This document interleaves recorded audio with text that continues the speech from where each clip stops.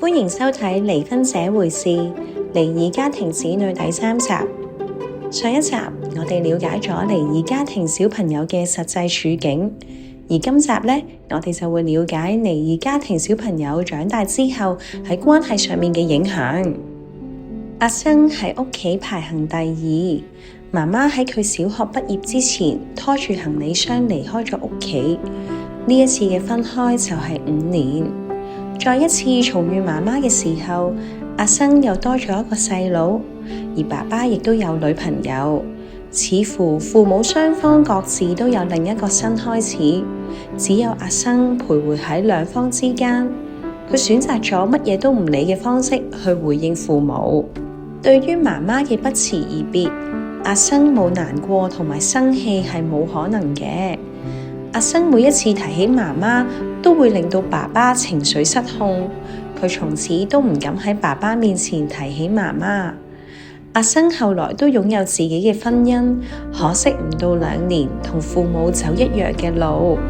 喺輔導過程入面，同阿生探索佢嘅原生家庭點樣影響佢。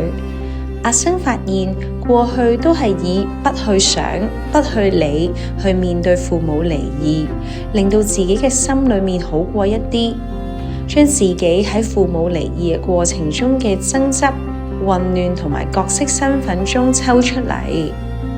阿生反思又反思，尤其回憶起童年嘅時候，佢就話：我係佢哋嘅仔，唔能夠依賴成為父或者母嘅角色去照顧自己嘅兄弟。佢越想擺脫，就將自己越陷入喺惡性循環當中。接受輔導之後嘅阿生釋懷咗，甚至覺得父母如果當年都能夠接受幫助，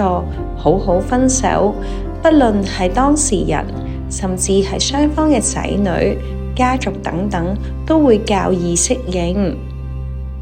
希望透過3集嘅離婚這回事離異家庭子女系列，讓大家更加了解離婚對小朋友嘅不同影響。如果你對以上嘅題目有共鳴，希望查詢相關服務，歡迎你致電28101225向我哋了解更多。